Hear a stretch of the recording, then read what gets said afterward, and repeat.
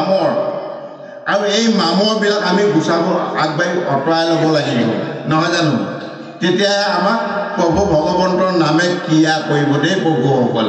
তাকে কৈছে চুম্বকৰ ওচৰ পালে লোহা ঘূৰি আছে কিন্তু আমি চুম্বকৰ ওচৰত লোহা হৈ ঘূৰি আছোঁ কিন্তু আমাৰ কাম দিয়া নাই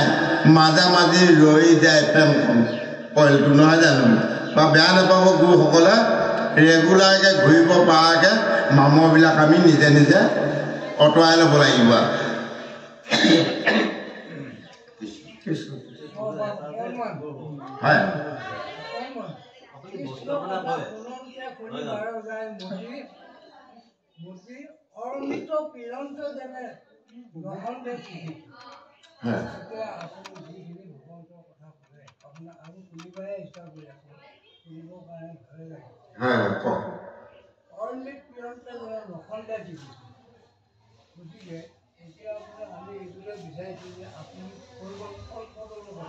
হয় ঠিক আছে আমাৰ গুৰুজনাই সুন্দৰ কথা এটা সুধিছে দেই গোসাঁইহঁত এতিয়া কল্পটো বৈকুণ্ঠ কল্পটো হ'ল প্ৰভু ভগৱন্তৰ নাম হৰিনাম আৰু স্বৰ্গ কল্পটো হ'ল পাৰিজাত ফুল আৰু পৃথিৱীৰ কল্পটো হ'ল ভকতসকল দেই একে সমূহ হিচাপে কৈ দিব আপোনাৰ প্ৰভু আপুনি কিবা এটা কৰিব বিচাৰে হয়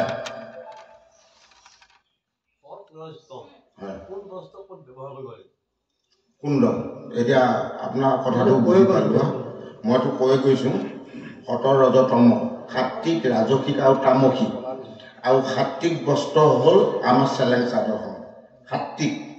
অৰ্থাৎ যাক উতৰি বস্ত্ৰ বুলি কোৱা যায় দেই আৰু ৰাজসিক হৈছে ৰজগুণী বস্ত্ৰ হৈছে আমাৰ গামোচাখন যিখন গামোচা আমি কান্ধত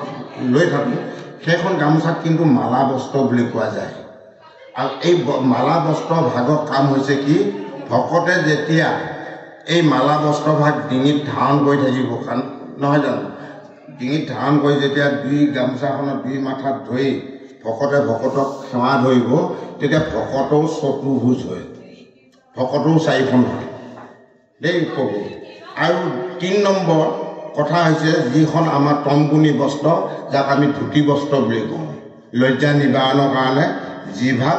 আমি বস্ত্ৰ ধাৰণ কৰিছোঁ এতিয়া সেই গতিকে আমি যে এই আসনত বহিছোঁ এতিয়া তমগুণী বস্ত্ৰখনক আমাৰ ৰজে ঢাকি দিলোঁ গামোচাখনে ঢাকি দিলোঁ আৰু গামোচাখনক কোনে ঢাকিলে সৎগুণী বস্ত্ৰ সেই গতিকে চেলেং চাদৰখনৰ যিটো আমি এইটো হ'ল প্ৰকৃতি ছাইড এইটো হ'ল পুৰুষৰ ছাইড পুৰুষৰ ছাইডটো উদং হৈ আছে প্ৰকৃতিৰ ছাইডটো আমি চাদৰখনে ঢাকন দি ৰাখিছোঁ আৰু তাৰ এটা ছাল আমাৰ গামোচাখনৰ ওপৰত এটা ছাল পৰিব এই গামোচাখনৰ ওপৰত পৰাৰ লগে ৰজ আৰু তম ঢাকন ফালে হয়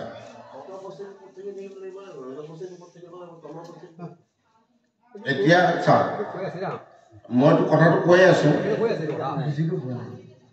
দেই গোসাঁই কথা হ'ল কি আমি চাওক সৎ নহয় এইটো ৰজহে সৎ নহয় গামোচাখন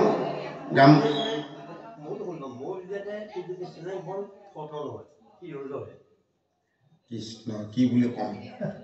আপোনাক এতিয়া মই কি বুলি বুজাম চাওক ঐ প্ৰভু আপোনাক এটা ঠায়ে উত্তৰ দি দিওঁ যেতিয়া দ্ৰৌপদী কুৰু ৰাজসভাত যেতিয়া দুৰ্যোধন দুঃশাসনতে লৈ গৈছিল দুদিনীয়া মানে এগৰাকী বোৱাৰী চুলিত ধৰি লৈ গৈছিল ৰজস্বলা চুলিত ধৰি নিয়াৰ পিছত দেই প্ৰভু তেতিয়া সেই বস্ত্ৰখন কোনে দিছিল জানেনে চাদৰখন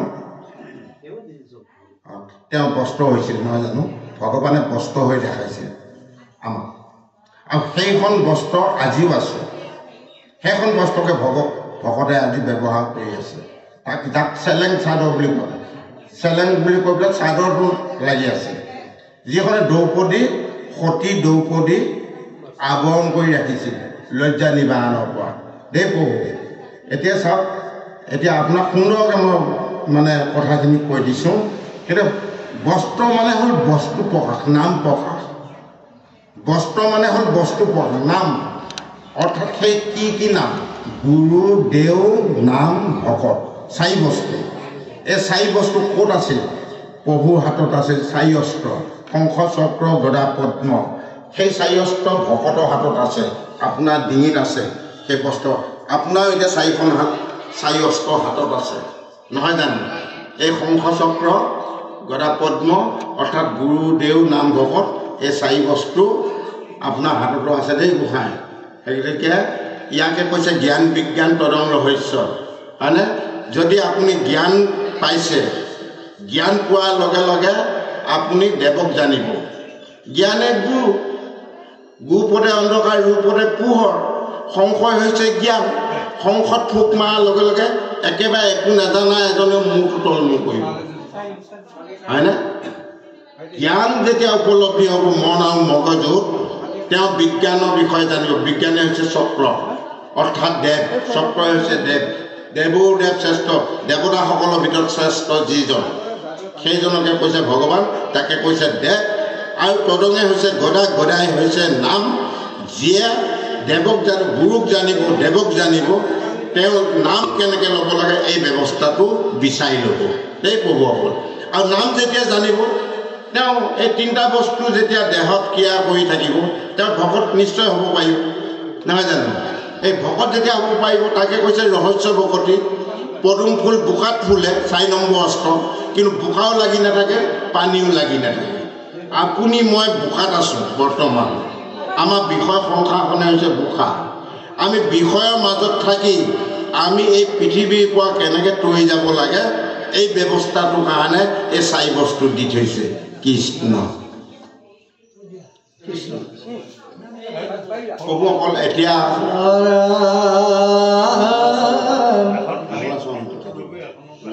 পদলৈ যায় নেকি ক'ত চাব দিয়ে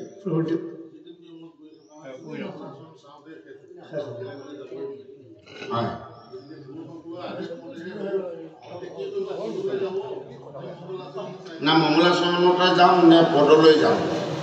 আপোনাক সবে কওক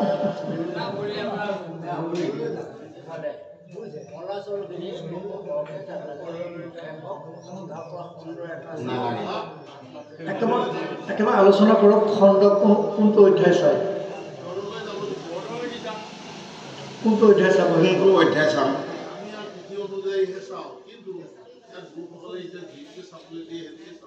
দেই গুৰুসকলে আপোনালোকক দেৰি কৰিব নালাগে কোনটো চাব লাগে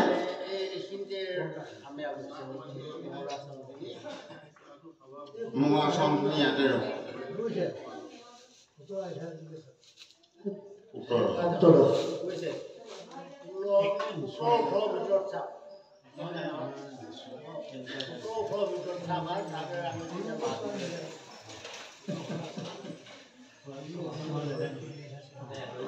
নহ'লে হেৰিটো চালে 13 নম্বৰটো চালে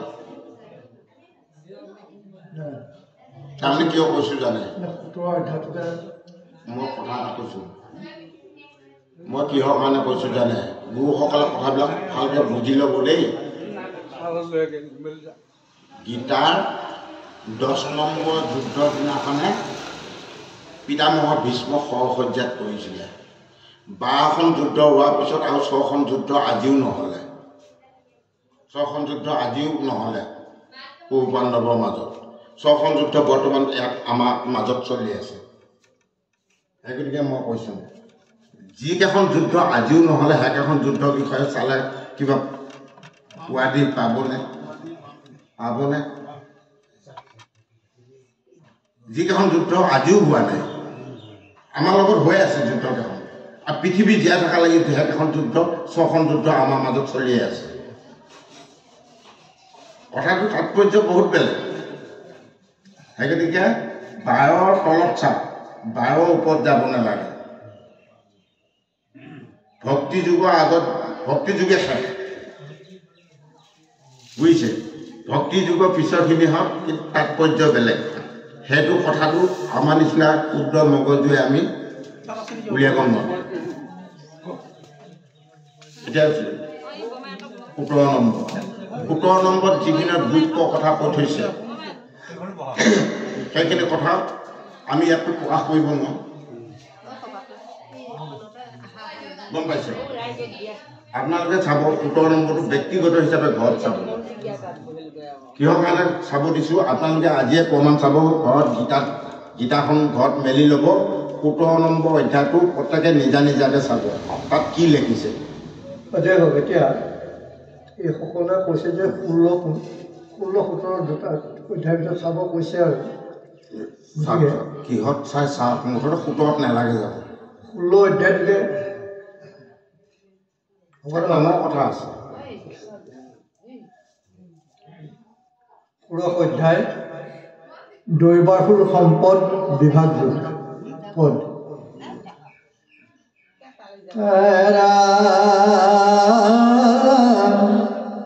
অৰ্জুনে বোলালত কৃষ্ণ চৰণত ধৰো সংশয় মিলিল মোৰ প্ৰভু প্ৰশ্ন কৰো তোমাৰ ভক্তি টকাৰ আছে অধিকাৰ কেন নভজয় হেতু কহিও কথা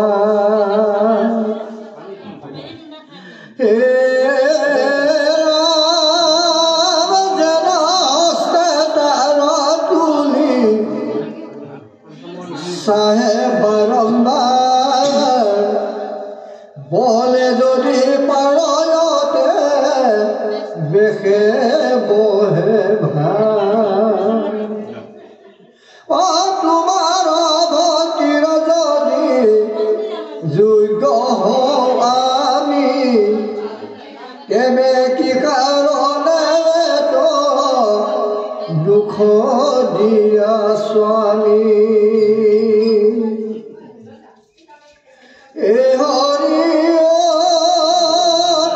কৃষ্ণ বোলে অর্জুন আসিলা ভালো তত্ত্ব ভজন প্রকার ভেদ কহিবু সমস্ত দৈবিয়া সুরি দেখা প্রভুতা স্বভাব প্রথমে দৈবিক শুনি পাণ্ডব এরাম ব্রহ্মার নাহিতে শক্তি অস্বভাব এরাই পার স্বভাৱতে বৈশ্য দেখা যত চৰাচৰ জয় কৃষ্ণ এতিয়া সেই গুৰুসকল আজি পদবন্ধে 16 অধ্যায়ত সুন্দৰভাৱে প্ৰকাশ কৰি গৈছে কৃষ্ণই অৰ্জুনৰ আগত কৈ আছে আৰু অৰ্জুনেও প্ৰশ্ন সুধি আছে দেই গুৰুসকল যে এই প্ৰশ্ন কৈছে যে অৰ্জুনৰ বুলন্ত কৃষ্ণ চৰণত ধৰো সংশয় মিলিল মোৰ প্ৰশ্ন একক মোৰ এটা সংশয় আছে সখী যে যিটো সংশয়ৰ কাৰণে মই আপোনাক প্ৰশ্ন কৰিবলগীয়া হৈছোঁ মোৰ এটা বিৰাট ডাঙৰ সংশয় আছে যে তোমাৰ ভক্তিৰ কাৰ আছে অধিকাৰ তোমাৰ প্ৰতি ভক্তি কৰিব যাওঁতে কাৰ অধিকাৰ আছে নহয় জানো কৈছে কেন নৱজয় যে হেতু কেন নৱজয় হেতু কহিও কটাৰ যে কিয় সেইজনক নভজে নকৰে নহয় জানো তোমাক নভজে আজি এই কথাটো অৰ্জুনে কৃষ্ণক প্ৰশ্ন কৰিছে ইয়াৰ উত্তৰটো কৃষ্ণই দিবগৈ যে চাওক ইমান সুন্দৰভাৱে কথোপকথন এতিয়া ইয়াত পদবন্ধে এই কথাকেইটা কৈছে আমি আকৌ যদি আধ্যাত্মিক ফালৰ পৰা চাওঁ তেতিয়াহ'লে অৰ্জুন হৈছে জীৱাত্মা আৰু কৃষ্ণ হৈছে পৰমাত্মা এতিয়া জীৱাত্মাই পৰমাত্মাক সুধিছে যে মই জীৱ তৰিবলগীয়া হ'লে জীৱই কি কৰা উচিত জীৱই কি উপায় কৰিলে জীৱ তৰিব পাৰিব নহয় জানো এটা জীৱ তৰণৰ যিটো বিকল্প ব্যৱস্থা যিটো সুব্যৱস্থা যে এই সুব্যৱস্থাটোৰ কাৰণে আজি অৰ্জুনে প্ৰশ্ন কৰিবলগীয়া হৈছে যে অৰ্জুন হৈছে জীৱাত্মা কৃষ্ণ হৈছে পৰমাত্মা এতিয়া কৈছে যে বলে যদি পাৰয় তেবেকে বহে ভাৰ হেন যেন হস্তে তাৰ প্ৰতি চাহে বাৰম্বাৰ তোমাৰ ভক্তিও যদি যোগ্য হওঁ আমি তেবে কি কাৰণে দুখ দিয়ে স্বামী তোমাৰ যদি উপযুক্ত এজন যোগ্য হওঁ তথাপিতো মোক কিয় দুখ হয় কিয় ইমান দুখ মই আজি যে দুখত ভুগিবলগীয়া হৈছোঁ তোমাৰ যদি উপযুক্ত এজন মই যোগ্য পুৰুষ হওঁ তেতিয়াহ'লে মোক ইমান দুখ দিব নালাগিছিল কথাবিলাক পাকবিলাক ক'ত সোমাই আছে হয়নে আমি চব বুজি পাওঁ নসকলে কিন্তু একো বুজি নাপাওঁ চব জানো ভাল কোনটো বেয়া কোনটো সকলো দিশ বুজি পাওঁ কিন্তু তথাপিতো একো বুজি নাপাওঁ নিজকে মানে এজন পণ্ডিতৰ নিচিনা নহয় জানো তথাপিতো এতিয়া এই কথাখিনি যে সুন্দৰভাৱে কৈছে কোৱাৰ ওপৰত তেৱেহে কিয় কাৰণে দুখ দিয়া স্বামী যে আজি জীৱই এই কথাখিনি জীৱ আত্মাই পৰমাত্মাক সুধি আছে হে প্ৰভু তুমি আছা তুমি ভকতক ভাল পোৱা তুমিয়ে ভকতক সমস্ত গতি দিয়া তুমিয়ে মুক্তি দিয়া তথাপিতো জীৱবিলাকে কিয় ইমান যান্ত্ৰণা ভোগ কৰিবলগীয়া হয় মই আপোনাৰ কৰ্ম সদায় কৰি আছোঁ জীৱই কিন্তু সেই জীৱই কিয় যান্ত্ৰণা ভোগ তিনিটা পদ আনকি ইয়াত পদবন্ধে আমাক সুন্দৰ কৈছে কি সেই ব্ৰহ্মায়ুবিলাক হাত সাৰিব পৰা নাই ব্ৰহ্মা শিৱয়ো হাত সাৰিব পৰা নাই ইয়াত আমাক সুন্দৰভাৱে কৈছে যে ব্ৰহ্মা নাহিকে শক্তি স্বভাৱ এৰাইবা ব্ৰহ্মায়ো সেইটো স্বভাৱ এৰিব পৰা নাই গম পাইছেনে কৈছে যে স্বভাৱতে বৈশ্য দেখা যত চৰাচৰ আৰু গোটেই চৰাচৰ জগতখনত যোনে যি জীৱই ভগৱন্তক ভজিছে অৰ্থাৎ ভজাৰ লাইন প্ৰণালী বহুতকেইটা দিছে দেই গুৰুসকল এতিয়া আমি ভজিছোঁ নে নাই এইটো নিজা নিজা ব্যৱস্থা মই ক'ব নাযাওঁ যে কোনে ভজিছে কোনে নভজিছে নহয় জানো এগৰাকী ভাৰ্যাই নিজৰ স্বামীজনক কিমান ভাল পায় কিমান ভক্তি তেওঁ ভাৰ্যাগৰাকীয়ে জানে গিৰিয়েকে বুজি নাপায় তেওঁ ভাৰ্যাগৰাকীয়ে অন্তৰ আত্মা দিহে গিৰিয়েকক ভাল পাইছে নে ওপৰতেহে ভালই লগাই আছে স্বাৰ্থত কৰি কথাবিলাক তেনেকুৱা ধৰণৰ আমি স্বাৰ্থত কৰিছোঁ নে স্বাৰ্থ ত্যাগ কৰি ভগৱন্তক ভজিছোঁ নে আমাৰ স্বাৰ্থ আছে প্ৰতিটো কামত ভগৱন্তৰ ওচৰত আমাৰ স্বাৰ্থ আছে কি স্বাৰ্থ জানেনে আমি যে ভগৱন্তক ভজি আছোঁ এজন মহা মানে ভকত হৈ পৰিছোঁ ভকত হৈ ভগৱন্তক ভজিছোঁ কিন্তু স্বাৰ্থ জড়িত কৰি ভজি আছোঁ নেকি কি স্বাৰ্থ মই ভকতি কৰিম ভকতি ভালভাৱে ভকতি কৰিলে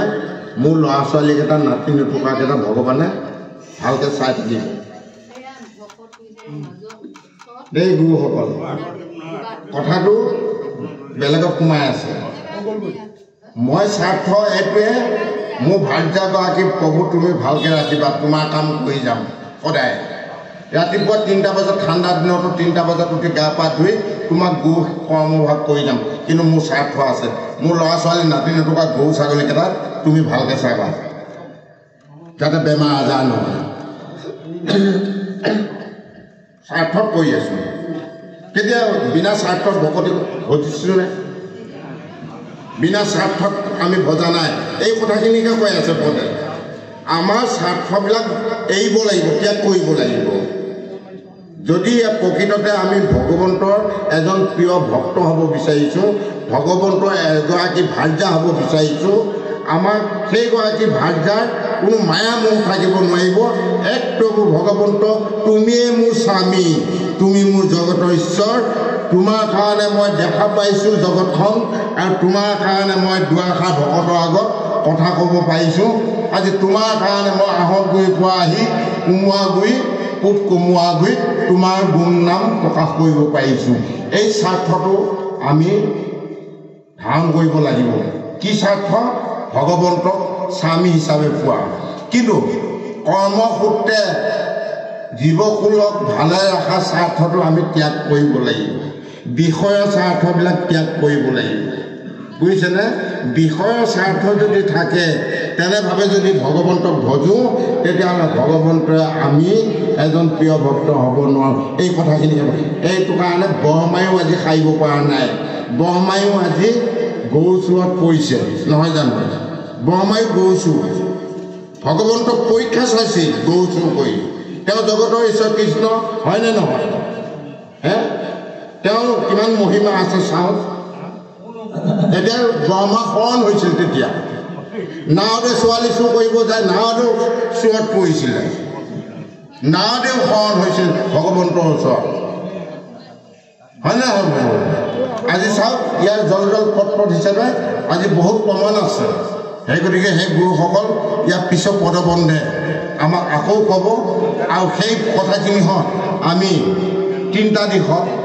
বিশ্বত পদবন্ধে আৰু আধ্যাত্মিক আৰু পৰমাৰ্থিক তিনিটা দিশত আমি থুলমূলকৈ আপোনালোকৰ মাজলৈ সম্যক জ্ঞানে আগবঢ়াই লৈ যাম গোবিন্দ প্ৰভু আপুনি যে ক'লে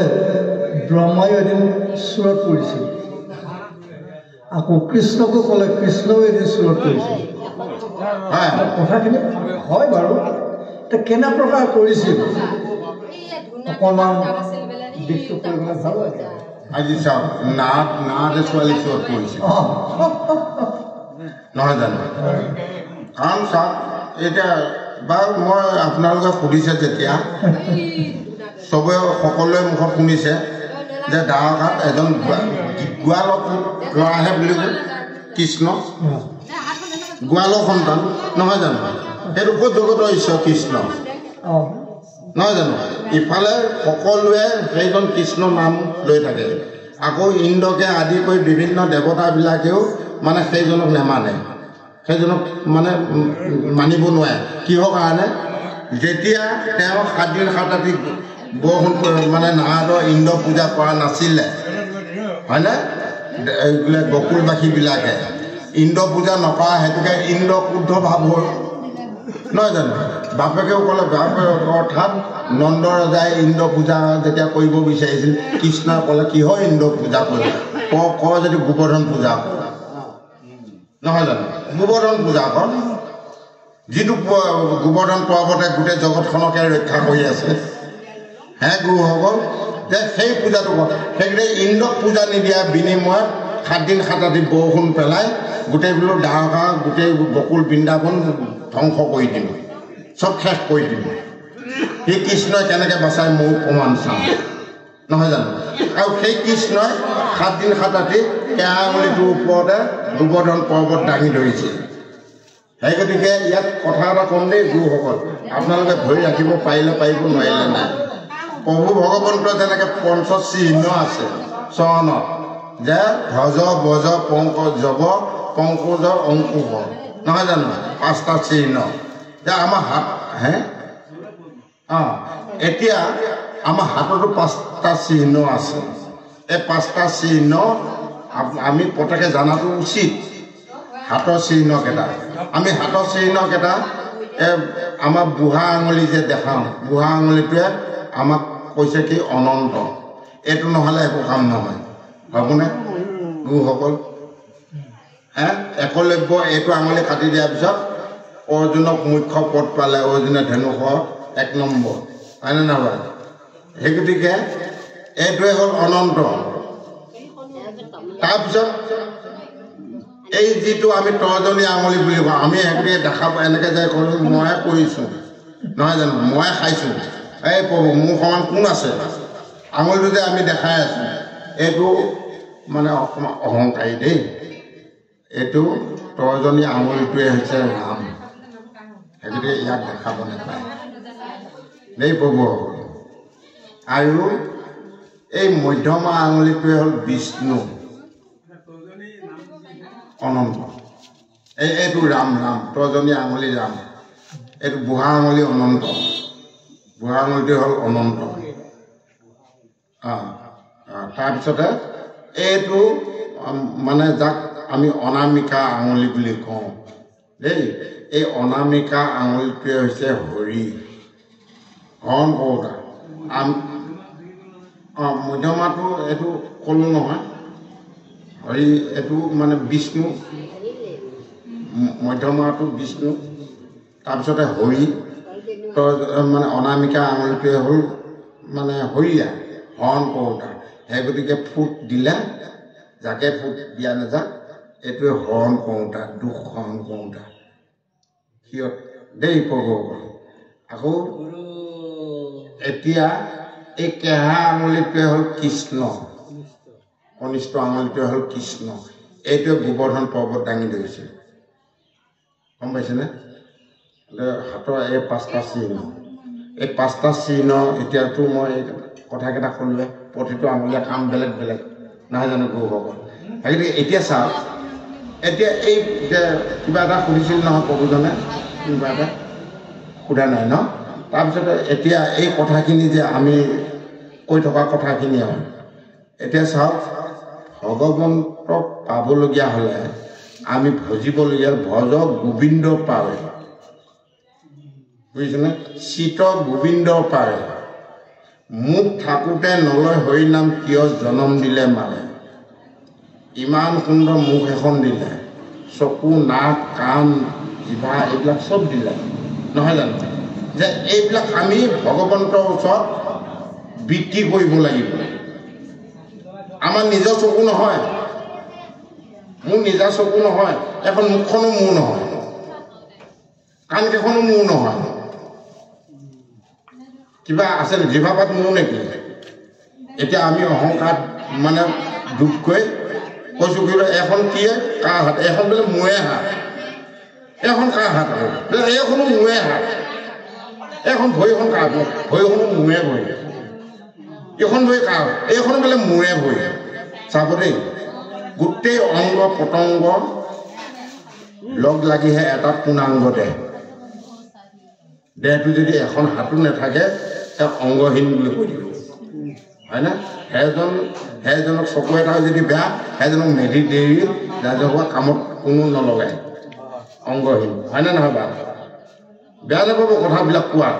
কিয় ক'বলগীয়া হৈছিলে এতিয়া গোটেই 24 তত্ত্ব দেহটো সম্পূৰ্ণ আঙুলি চাঙুলি নাক কাণ চকু মুখ চব লগ লাগি এটা যেতিয়া পূৰ্ণাংগ দেহ এই পূৰ্ণাংগ দেহটোক কি বুলি কৈছে আমি বুলি কৈছে আমি শব্দ বহু বচনত এইটো কাৰ দেহ বোলে আমাৰ দেহ কি কৈছোঁ আমি কৈছোঁ এইটো আমি শব্দটো বহু বচনত আমি এক বচনত মই এক বচনটো কোনে ব্যৱহাৰ কৰিব পাৰে ভগৱন্তই ব্যৱহাৰ কৰিব পাৰে যে মই জগতৰ ঈশ্বৰ নহয় জানো মই যদি কওঁ মইহে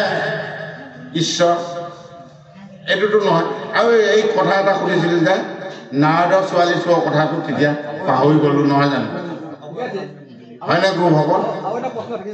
হয় নাৰদে মই চমুকে এইটো কৈ দিছোঁ নাৰদে যেতিয়া প্ৰভু ভগৱন্তই নৰকাসুৰক বধ কৰি ঢেৰ তিৰোতা লৈ গৈছিলে কামৰূপৰ পৰা আৰু গোটেই সোপা নি পেলাই নোৱাৰ ডাও কাঠ নি পেলাই ৰাখিছেগৈ নহয় জানো কাৰণ ভগৱন্তই নৰকাসুৰক বধ কৰি যে গোপীবিলাক তেওঁ যে লৈ গৈছিল পুৰুষ কন্যা এই পুৰুষ কন্যাক নি প্ৰত্যেকৰে নিজা নিজা এটা বাসগৃহ অনুদানৰ ঘৰৰ নিচিনা সোণোৱাই বনাই আগতীয়াকৈ ৰেডি কৰি থৈছে ভগৱন্তই নি ভাগে ভাগে সোমোৱাই থৈছেগৈ তাত যায় নাৰদে যেতিয়া গৈ পেলাই ছোৱালী বিচাৰিছেগৈ কৃষ্ণ যে আপুনি ইমানবিলাক কইনা নৰকাসুৰক বধ কৰি আনিলে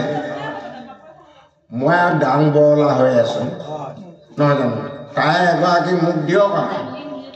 ভগৱন্তই ক'লে তুমি সেইটো কথাহে আহিছা তুমি নিবা কিনো কথা আছে কিন্তু নিবাহে নিবা মই য'ত নাথাকিম তাৰ পৰাহে নিবা মই য'তে নাথাকিম তাৰ পৰাহে এগৰাকী তুমি উঠাই ল'বা নহয় জানো বঢ়িয়াকৈ গাঁৱৰ পৰা নাৱতে সোমাই গৈ ৰুমে ৰুমে চাই গৈ আছে এফালৰ পৰা ইটো ৰুমতো দেখে কৃষ্ণচোন সেইগৰাকীৰ লগত তেওঁ কিবা এটা কৰিয়ে আছে নহয় জানো সিগৰাকীৰ ওচৰত যায় সেইগৰাকীও কৃষ্ণৰ লগত খেলা খেলি আছে সি আকৌ এটা ৰুমত যায় চাই তাতো কৃষ্ণকে দেখা পায় হয়নে গোটেই দ্বাৰকা যিমানবিলাক পুৰুষ কন্যাৰ লগত কৃষ্ণক দেখা পালে নাৱতে ইয়াৰ অৰ্থটো কি জানেনে গুৰুসকল এতিয়া কথা প্ৰসংগত নকলেও নহয় কথাটো ওলালে যেতিয়া আমাৰ দেহৰ সুৰস কঢ়িওৱা 100 মেইন শিৰা 100 শিৰাৰ পৰা ভাগ ভাগকৈ ৭২,০০০ শিৰা বাঢ়ি গৈছে ৭২,০০০ শিৰা চকুৱে মনিব নোৱাৰা শিৰা কিছুমান বাঢ়ি গৈছে আৰু এই শিৰাবিলাকক যিবিলাক আমি আহাৰ খাইছোঁ খাদ্য খাইছোঁ এই খাদ্যই যিবিলাক ৰস কঢ়িয়াই লৈ গৈছে সুৰস বুলি কৈছে সেইগতে সুৰস হাজাৰ দেই প্ৰভু তত্ত্বটো বেলেগত সোমাই আছে সুৰস কঢ়িয়াই নিয়া যিবিলাক শিৰা বা পাইপ আমাৰ দেহত আছে এই পাইপবিলাকৰ জৰিয়তে আজি আমি প্ৰতিডাল নোমতে আহাৰ দি আছোঁ ভগৱন্তৰ দ্বাৰকা এইখন দ্বাৰকা সমাজতে বহি এই ভাৰ্যাবিলাকক তেওঁ মানে আল পচন্দ ধৰি আছে প্ৰতিগৰাকীয়ে আল পচন্দ ধৰি আছে ভগৱন্তই কি খাই ভাল পায় ভগৱন্তই কেনেকৈ থাকি ভাল পায় ভগৱন্তক কেনেকৈ বিচিব লাগে ক'ত বিচিলে ভগৱন্তই ভাল পায় এই সমস্ত কৰ্মবিলাক গোপীবিলাকে কৰি আছে সুৰস কন্যাই গম পাইছেনে আৰু সেই কন্যাবিলাকক ভগৱন্তই নিৰাপত্তা দি ৰাখি আছে তাত নাৱতে কেনেকৈ পাবগৈ ভগৱন্তৰ লগত নাথাকা কন্যা এগৰাকী এতিয়া সেইজন নাৰদ কোন জানেনে আমাৰ ইয়াত থকা গুৰুসকলে হৈছে নাৰদ যাৰ হৃদয়ত নাম আছে তেওঁ নাৰদ যাৰ হৃদয়ত নাম আছে তেওঁ নাৰদ অৰ্থাৎ ভগৱন্ত নাৰদৰ বিনা পাতত 5ডাল তাঁৰ আছে আৰু 5ডাল তাঁৰৰ সুৰটো বেলেগ বেলেগ প্ৰতিডাল তাঁৰৰ সুৰবিলাক বেলেগ খুব মিঠা মিঠা সুৰ তাত সেই 5ডাল তাঁৰত কেৱল 4টা শব্দহে প্ৰকাশ পায় 4টা বৰ্ণ না ৰা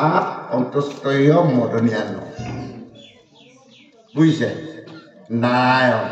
না মানে হ'ল পানী আয়ন মানে হ'ল শয়ন যিজনে সদায় জলতে শয়ন কৰি থাকে গম পাইছেনে যিজনে জলতে শয়ন কৰি থাকে সেই গতিকে এই জলৰূপী নাৰায়ণ পৃথিৱীত 4 মুঠি জীৱকে দৰকাৰ গোটেই 4 মুঠি জীৱকে সেই নাৰায়ণক লাগিবই জলৰূপী নাৰায়ণ সেই গতিকে পৃথিৱীৰ ভিতৰত টান পদাৰ্থটোৱে হৈছে লোহা লোক হয়নে লোক কিহে গলায় জুয়ে গলায় জুই কোৱা কেনেকুৱা টান হ'ব লোহাতকৈ টান হ'ব লাগিব হয় গুৰুসকল কাৰণ লোহাৰক গলাই পেলাই পানী নিচিনা কৰি পেলাই পানী কৰি পেলাই লোহা সেই জুই কোৱাত ঠাণ্ডা কৰা কি বস্তু জুই কোৱাত ঠাণ্ডা কৰা বস্তুটোৱে হ'ল পানী হয়নে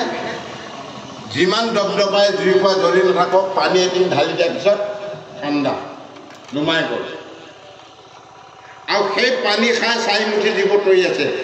মানে উৰণ বুৰণ গজন ভ্ৰমণ চাব দেই প্ৰভু কথাবিলাক ক'ত সোমাই আছে নহয় জানো যি বস্তুক আমি টান বুলি ভাবি থাকোঁ তাতোকৈ টান পানীক হজম কৰি থকা জীৱবিলাক কেনেকুৱা টান হ'ব লাগিব লোক মানুহে সৃষ্টি কৰিছে জুই মানুহৰ সৃষ্টি কৰিছে আৰু পানী ভগৱন্তৰ সৃষ্টিত মানুহে সমস্ত কৰি আছে গতিকে সেই পানী সকলোৱে দেহতে আজি আমাৰ দেহত ৭৫% পানী ২৫%হে মাংস হয়নে নহয় বা গতিকে এই ২৫% সেই গতিকে বৌন ৰাজ্য দেহত বৌন ৰাজ্য ৭৫% আৰু পৃথিৱীৰ এই ১২৫% ভূমি উদ্ধাৰ কৰিছিল প্ৰভু ভগৱন্তই বৰা ৰূপে পৃথিৱী সাগৰ তলি পৃথিৱী ভূমি উদ্ধাৰ কৰিছিল আমি আমাৰ পৃথিৱীখন উদ্ধাৰ কৰিব পাৰিছোনে নাই ২৫% থকা পানীত উঠি ভাহি থকা পৃথিৱীখন যদি উদ্ধাৰ কৰিব পাৰিম আমি আমাৰ পৃথিৱীখন কেনেকৈ উদ্ধাৰ কৰিম আমি আমাৰ দাঁতৰ আগত নামৰ পৰশ পেলাব পাৰিছোনে নাই যদিহে নামৰ পৰশ পেলাব পাৰিছোঁ দাঁতৰ আগত তেতিয়াহ'লে এখন পৃথিৱী উদ্ধাৰ হ'ব সাগৰ তলিত এই গুৰুসকল এইবিলাক হৈছে তত্ত্বমূলক কথা বা যি কি নহওক আমি পদলৈ আগবাঢ়োঁ হয়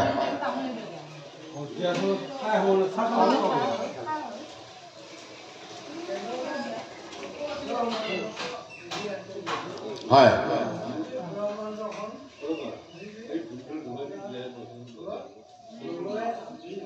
হয়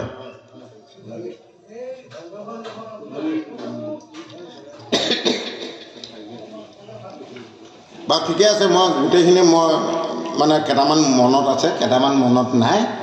আপুনি যিটো কথা সুধিলে এই কথাটো মই এতিয়া আপোনাক মই কৈ আছোঁ সেই গতিকে বেয়া নাপাব মই মানে গোটেইকেইটা মুখস্থ নাই যেতিয়া মই চাবই লাগিব নহয় জানো পৰীক্ষাত নকল লৈ পাছ কৰি যেতিয়া হয়নে নহয়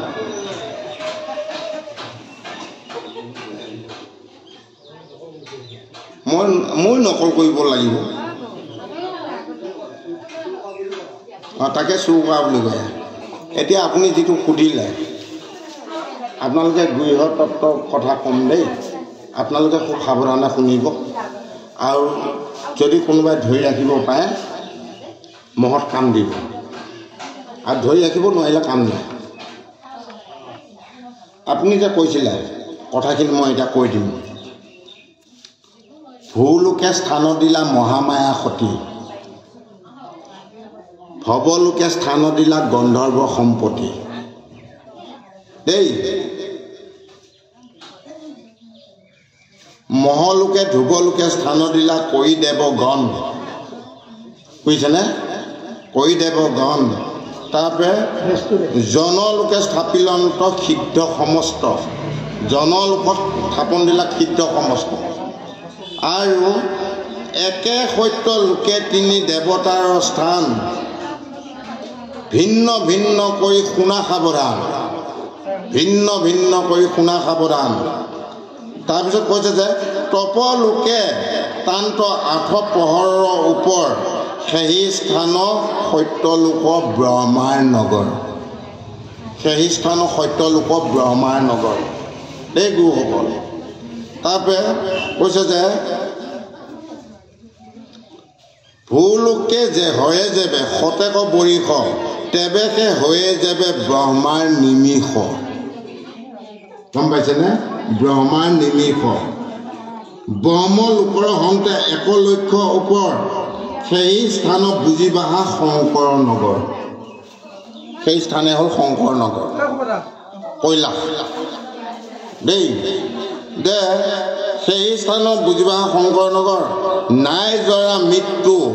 সুখ কালৰ প্ৰকাশ য'ত মৃত্যু নাই সুখ নাই হয় কোনো মানে জৰা নাই কোনো বেমাৰ আজাৰ নাই গম পাইছেনে নাই জৰা মৃত্যু সুখ কালৰ প্ৰকাশ সেইকাৰণে লোকে বোলে কৈলাশ তাকে কৈছে কৈলাশ গম পাইছেনে আৰু যে কৈলাশৰ হন্তে ৩ লক্ষ প্ৰহৰ সেই স্থানত বুজি বাহা বিষ্ণুৰ নগৰ কৈলাশৰ ওপৰত গম পাইছেনে সেই স্থানত বিষ্ণুৰ নগৰ যে দীঘল বহল আদি সীমা নাই অন্ত সেইকাৰণে লোকে বোলে তাক বোলয় বৈকুণ্ঠ য'ত নেকি কোনো সীমা নাই দীঘল বহল পুতল একো সীমা নাই তাৰ কোনো সীমাই নাই তাকে কৈছে বৈকুণ্ঠ গম পাইছেনে এতিয়া কৈছে যে বৈকুণ্ঠৰ হন্তে 8 লক্ষৰ ওপৰত বৈকুণ্ঠৰ ওপৰত 8 লক্ষৰ ওপৰত সেই স্থানত পূৰ্ণ কৃষ্ণ দেৱৰ নগৰ তাকে কৈছে গোলোকধাম গম পাইছেনে অকলে থাকে তেওঁ 7 খলপীয়া যিখন আমাৰ গুৰু আসন এই গুৰু আসনৰ বস্তু এখিনি তেখেতে যিটো সুধিলে মই নকৈ থাকিব নোৱাৰিলোঁ সেইকেইটা প্ৰকাশ কৰি দিলোঁ দেই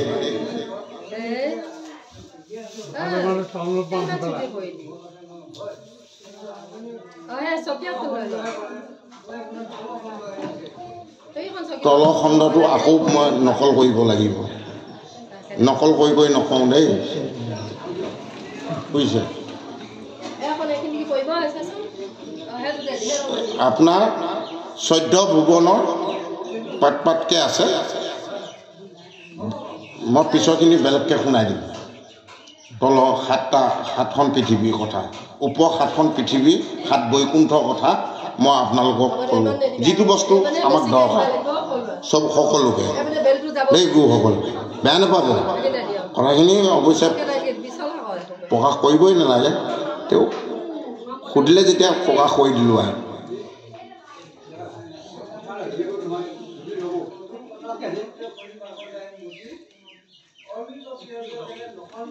হয় হয় একদম বহুত অমৃতময়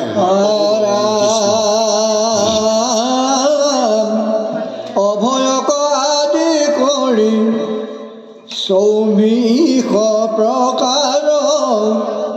এহিমতে থাকে দৈৱী স্বভাৱ তাহাৰ অসত সুধি অভয় শ্ৰদ্ধা যজ্ঞ দান অহিংসা অক্ৰোধ ত্যাগ তপ শক্তি জ্ঞান এৰামে মৃদু চাপল শূন্য অনুলুপ্ত তপ ক্ষমা ধৈৰ্য শৌচ সত্য লজ্জা যুক্ত কৃষ্ণ এতিয়া আমাক পদবন্ধে সুন্দৰভাৱে প্ৰকাশ কৰিছে যে অভয়ক আদি কৰি 24 প্ৰকাৰৰ এহি মতে থাকে দৈৱী স্বভাৱ তাহাৰ যে দৈৱিক স্বভাৱ এতিয়া আমি ইয়াত যে আহিছোঁ গুৰুসকল ইয়াত যে আহিছোঁ সকলোৱে আমাৰ লগতে আজি দৈৱিক স্বভাৱটো আহিছে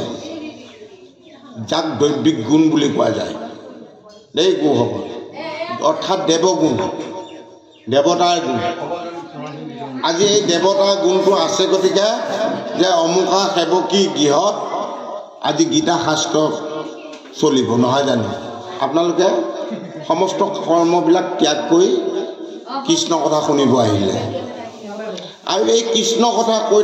থাকোঁতে আজি অৰ্জুনৰ আগত কৈ আছে এই কথাবিলাক কাৰণ কোনে কৈ আছে পৰমাত্মাই জীৱাত্মাক বুজাই আছে আমাৰ 24 তত্ত্বৰ যিটো দেহ 24টা তত্ত্বৰে গঠিত যিটো দেহ এই দেহটোত আমাৰ যেতিয়ালৈ দৈৱিক গুণ দেৱগুণবিলাক নাহিব মনত আৰু দেৱগুণ আনিবলগীয়া হ'লে ইয়াৰ আগৰ পথে কৈ গৈছে কায় বাইক মন আমি 3টা বস্তু শুধৰণি কৰি ল'ব লাগিব 3টা বস্তু শুধৰণি যেতিয়া হ'ব তেতিয়া চিত্ৰটো থিৰ হ'ব চিত্ৰটো থিৰ হোৱাৰ পিছত আমাৰ তেতিয়া কি হ'ব দৈৱিক গুণে আমাক আকৰ্ষণ কৰিব তেতিয়াহে দেৱগুণে আকৰ্ষণ কৰিব আৰু যদি আমি চৰিত্ৰ এইকেইটা ঠাইটো শুদ্ধ কৰি নলওঁ নহয় জানো মনটো যদি শুদ্ধ নহয় বাক্যবিলাক যদি শুদ্ধ নহয় আশয়িক যিকোনো বাক্যবিলাক প্ৰকাশ পায় তাত আমি দৈৱিক গুণটো কেনেকৈ উপলব্ধি কৰিব পাৰিম দৈৱিক গুণ পাম নেকি আৰু এই দৈৱিক গুণটো পাব যাওঁতে আমি মন আৰু মগজু দেই গুৰুসকল আমাৰ মনটো থিৰ হ'ব লাগিব আৰু চিত্ৰটো থিৰ হ'ব লাগিব আমাৰ মগজুটো ঘিউখিনি সৎ কামত লগাব লাগিব মগজু ঘিউখিনি আমাৰ চেডেলি ভেদেলি হৈ আছে কিহৰ কাৰণে চেডেলি ভেদেলি কাৰণ আমাৰ মগজু ঘিউখিনি উত্তপ্ত হৈ আছে আমাৰ কিছুমান বেয়া কথাই বাহ লৈ আছে মগজু ভাল কথা আমাৰ মগজুত নাই বেয়া কথা কোনবিলাক হয় পাঠলৈ আহিছে আমাৰ মানে স্বৰ ঋতুত আমি দমন কৰিব পৰা নাই কাম ক্ৰোধ লোভ মোহ মদ মাচাৰ্য এই ছটা গুণ আমি নিৰ্মূল কৰিব পৰা নাই নোৱাৰি যেতিয়া পাঠলৈ আহিছোঁ মনটোৱে কৈ আছে পাঠখন শেষ হওক নহয় জানো গধূলিলৈ অকণমান জুতি পুতি লগাই খাম মায়ে মছলা খোৱাওঁতে জলকীয়া খোৱাওঁতে নহয় জানো সিফালে মনটো কৈ আছে লোভ নামৰ ইন্দ্ৰিয়টোৱে দোকানতে আছে ব্ৰইলাৰ মুৰ্গী দোকানতে আছে মনটো হয়নে নহয় বাৰু ইয়াত হয় মানুহটো আছোঁ মোৰ দেহৰ ইন্দ্ৰিয় বৰ্গবিলাক তাত আছেগৈ লোভ নামৰ ইন্দ্ৰিয় তাৰপৰা বাকী ইন্দ্ৰিয়কেইটা কথা নকওঁ আপোনালোকে জানে বুজিয়ে পায় তাৰমানে ভাবোঁতেই কিছুমান ইন্দ্ৰিয়বিলাক যিবিলাক বেয়া বৃত্তি চৰিত্ৰ আপোনালোকে ভাবকচোন অকণমান ভাবি দিয়াৰ লগে লগে মগজু খেলি মেলি হৈ যায় ভাবিলে খেলি মেলি হয় কিন্তু নেভাবিলে একো খেলি মেলি নহয় সেই গুৰুসকল যদি ভাল কথা ভাবে ভাল কথাই ক্ৰিয়া কৰিব যদি বেয়া কথা ভাবি দিয়ে ভাগৱতত আছে কিন্তু কিবা এটা যদি বেয়া কথা ভাবি দিয়ে সেইটো ভাৱনাই মগজুত ক্ৰিয়া কৰিব ইয়াত ভগৱন্তৰ কথা মেমৰিত নোসোমাব মেমৰি পৰা ডিলেট হৈ গৈ থাকিব হয় না হেল্ল' অসমীয়াতে মুণ্ড বুলি কয় ইংৰাজীত মেমৰি বুলি কয় নহয় জানো একেটাই নহয় জানো সেই গতিকে আমাৰ মেমৰিটো চাফ কৰি ৰাখিবলগীয়া হ'লে আমি সদ্যহতে আপোনালোক গুৰুসকলে কোনো বেয়া নাপাব দেই আমি আমাৰ মন আৰু মগজু 24 তত্ত্ব দেহটো 24 তত্ত্বৰ দেহটো আমি ভগৱন্তৰ কামত নিয়োগ কৰিবলগীয়া হ'লে আমাৰ 1 নম্বৰ লক্ষ্য উদ্দেশ্য ভকতৰ কি জানে আহাৰ নিয়ন্ত্ৰণ আহাৰে মানুহক বিপদত লৈ যায় আহাৰে মানুহক সুপথত লৈ যায় আহাৰৰ ওপৰতে সমস্ত কৰ্মবিলাক পৃথিৱীত চলি আছে আপুনি মই যিমান কৈ নাথাকোঁ মুখতে লোভ নামৰ ইন্দ্ৰিয়টোক যদি আমি দমন কৰিব পৰা নাই আখুইক তেজাল যেতিয়া আহাৰ এটা খাই দিলোঁ গধূলি মায়ে মছলা সৰহকৈ দি দিয়াৰ লগে লগে তেজটো গৰম উঠি আহিলে তেজটো গৰম উঠাৰ লগে লগে অহংকাৰ ভাৱ আহিল অহংকাৰ ভাৱ অহাৰ লগে লগে মোতকৈ কোন আছে কোমোৱাগুৰি হে বলে বুকে চলে বলে কৌশলে যেনেকৈ নহওক মাৰি কাটি হ'লেও তাৰ ভাগটো লমে আহি গ'ল মনত অহংকাৰ ভাৱ অহংকাৰ ভাৱটো অহাৰ লগে লগে তেওঁ অহংকাৰ ধ্বংস পতন অহংকাৰ পতন নহয় জানো অতুলিত পাপ পাপে মৃত্যু মানুহৰ যেতিয়া অধিক মাত্ৰা হিচাপে লোভ বাঢ়ি যাব লোভ বঢ়াৰ লগে লগে তেওঁ মৃত্যু অনিবাৰ্য নহয় জানো সন্দীপন গ্ৰাহককে ধৰি আজি শেষৰপে ধৰি সিদ্ধাৰ্থকে ধৰি জুবিনে প্ৰগ্ৰাম কৰি ফুৰি সিহঁতে এটকাও লাগিব নাপায় জুবিনে হে কোনোবা ৰজা হৈ আছে অতি লোভ হৈ থাকোঁতে এতিয়া কি হ'ল কৰাই গণ্ডাই জেলত সোমাই থাকিবলগীয়া হ'ল বেলেগক টকাই ভোগ বিলাস কৰি থাকোঁতে ভাবিছিল গোটেই জীৱন চলিব পাৰিম এতিয়া ঘৰৰ মাটি বাৰী যিমান দি লৈছিল চব চৰকাৰে মানে বন্ধ কৰি দিলে ঘৰত তালা লগাই দিলে হয় নহয় কৃষ্ণ গোসাঁই কওক হয় হয় হয়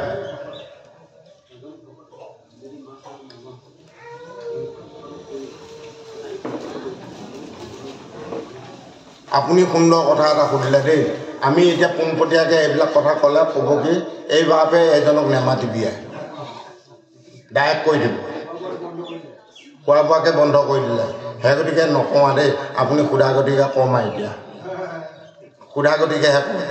নুসোধাহে তাকো নকওঁ কাৰণ আমাৰ ভকতে মাছ মাংস মছলা এইবিলাক ত্যাগ কৰিব লাগে 1 নম্বৰ ভকত আনি এইবিলাক বাদ দিব লাগে কাৰণ এইবিলাকে আমাৰ তেজটো উন্নত কৰি ৰাখে বেয়া নাপাব অধিক ৰাগিয়াল দ্ৰব্যই মানুহৰ তেজটো উন্নত কৰি ৰাখে 1 নম্বৰ আৰু 2 নম্বৰত হৈছে কি আহাৰ বুলি কোৱাৰ লগে লগে গুৰুসকলে কোনো বেয়া নাপাব আমি কওঁ যে প্ৰভু পাৰিব দিয়ক নিৰামিষ খাওঁ নহয় জানো নিৰামিষ বুলি কোৱাৰ লগে লগে য'ত তেল পিঁয়াজ নহৰু আদা জালুক থাকিব সেইটোক নিৰামিষ বুলি নকয় সেইটো ৰসগুণী আহাৰ য'ত সম্ভাৰ মাহ হয় তেজপাত জলকীয়া পাঁচফোৰণ নহয় জানো কিবাকিনি দি দালি সম্ভাৰ মাহ হয় সেইটোক ৰসগুণী আহাৰ সাত্বিক আহাৰ কোনটো যিটো বইল তাত হালধি তেল মায় মছলা একো নহ'ব সাত্বিক কেৱল বইল দেই বইল আমাৰ যেতিয়া কোনোবা এজন গৃহস্থ ঢুকায় সেইখন ঘৰত নিমখকণৰ বাহিৰে কিবা চলে নেকি তেল পিঁয়াজ কিবাকিনি সাত্বিক আহাৰ চলে সেই সাত্বিক আহাৰ খাই থকা মানুহ ঘৰক আকৌ 11 দিনৰ দিনাখন বা 13 দিনৰ দিনাখন গধূলি হাঁহ মাছ খুৱাই পেলাই আকৌ চোৱা লগাই লৈ তেতিয়াহে ৰাইজে ভোজ খায় উল্টা কামবিলাক উল্টা চলি আছে চাওকচোন এইবিলাক কথা কৈ গ'লে মোক ভাল পাব নে বা কোনোবাই ভাল পাব নেকি ক'ব এইটো মেৱা দি দিয়া নহয় জানো সঁচা কথা মানে আচল কথাটো কৈ দিয়ে এতিয়া চাওক আকৌ যিবিলাক মানে তেল চেল দি মায়ে মছলা দি মাছে মাংসই খোৱা যায় সেইটো আকৌ টমগুণী আহাৰ সেইটো টমগুণী আহাৰ খাই পেলাই কেনেকৈ শাস্ত্ৰ বা পূজা সহায় অৰ্চন বৰ্জন কৰিব হয়নে নহয় বাৰু বেয়া নাপাব আমাৰ গুৰুসকলে কোনো বেয়া নাপাব মাছে মাংসই খাই পেলাই সহায় কেতিয়া নহয় সহায়খন আগবাঢ়ি মণিকূটৰ সহায়খন নসজোৱাৰ আগত দেহটোক সহায় সজাই লয় নৱবিধা ভকতীয়ে দেহটোক যদি সহায় সজাব পাৰিছে সেইখন সহায় সজাব পাৰিব সহায় এখনকে দুখন নহয় এটা দেহত এখন সহায় হয় মনত ৰাখিব কথাবিলাক এটা দেহে দুখন সহায় পাতিব নোৱাৰে এটা সহায় এখনে জীৱনত গুৰুসকলে বেয়া নাপাব হে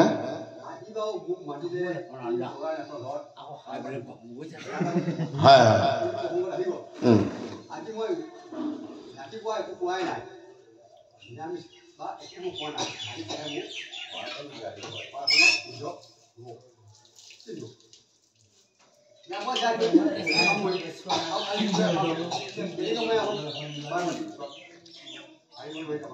আপুনি চাওক এটা কথা সুধিছে যেতিয়া মই কথাখিনি কৈ যাম আপুনি কোনোবা এঘৰ সেৱকীয়ে আইসকলেও সুন্দৰকৈ শুনি যাব দেই কোনোবা এঘৰ সেৱকীয়ে 2 দিন 4 দিনৰ আগত নিমন্ত্ৰণ ভাগ দি থৈ দিব যে অমুক দিনাখন আমাৰ শ্ৰাদ্ধ বা নাম বা কিবা এটা পাঠ হ'ব আপোনাক আচাৰ্য সহায় আচাৰ্যৰ কাৰণে নিমন্ত্ৰণ ভাগ দিয়া হ'ব তেওঁ গধূলি ব্ৰত হ'ব আপুনি লঘু আহাৰ একো খাব নোৱাৰিব আপুনি পানী এটুপি খাব পাৰিব গম পাইছে সহায়খন সজাই লোৱাৰ পিছত সহায় বিসৰ্জন হোৱাৰ পিছত আপুনি যি নাখাওক আকৌ পিছদিনাখন এখন আছে এজন মেধিয়ে সহায় আচাৰ্যই দিনটোত 2খন সহায় পাতিব নোৱাৰে এদিনত এখনহে সহায় বেয়া নাপাব গুৰুসকলে এই কথাটো কোৱা গতিকে কাৰণ আমাক অকল শাস্ত্ৰ এইবিলাক আধ্যাত্মিক জ্ঞান আমাক দৰকাৰ প্ৰত্যেককে এজন মেধিয়ে একেদিনাখনে 3খন 2খন সহায় সাজিব পাৰে নেকি দেহ একেটাই একেটা দেহত কেইখন সহায় সাজিব নহয় জানো সেই গতিকে গুৰুসকলে কোনো এইটো কথাক লৈ দুখ নাপাব আমাৰ এতিয়া ৰাইজৰ মাজত মেধি দেউৰী নাই যেতিয়া উপায় নাই নহয় জানো কেইখন সজাব পাৰ সজাই সময় যদি মিলাব পাৰ কিন্তু নিয়ম নহয় দেই গুৰুসকল নিয়ম নহয় বা যি কি নহয়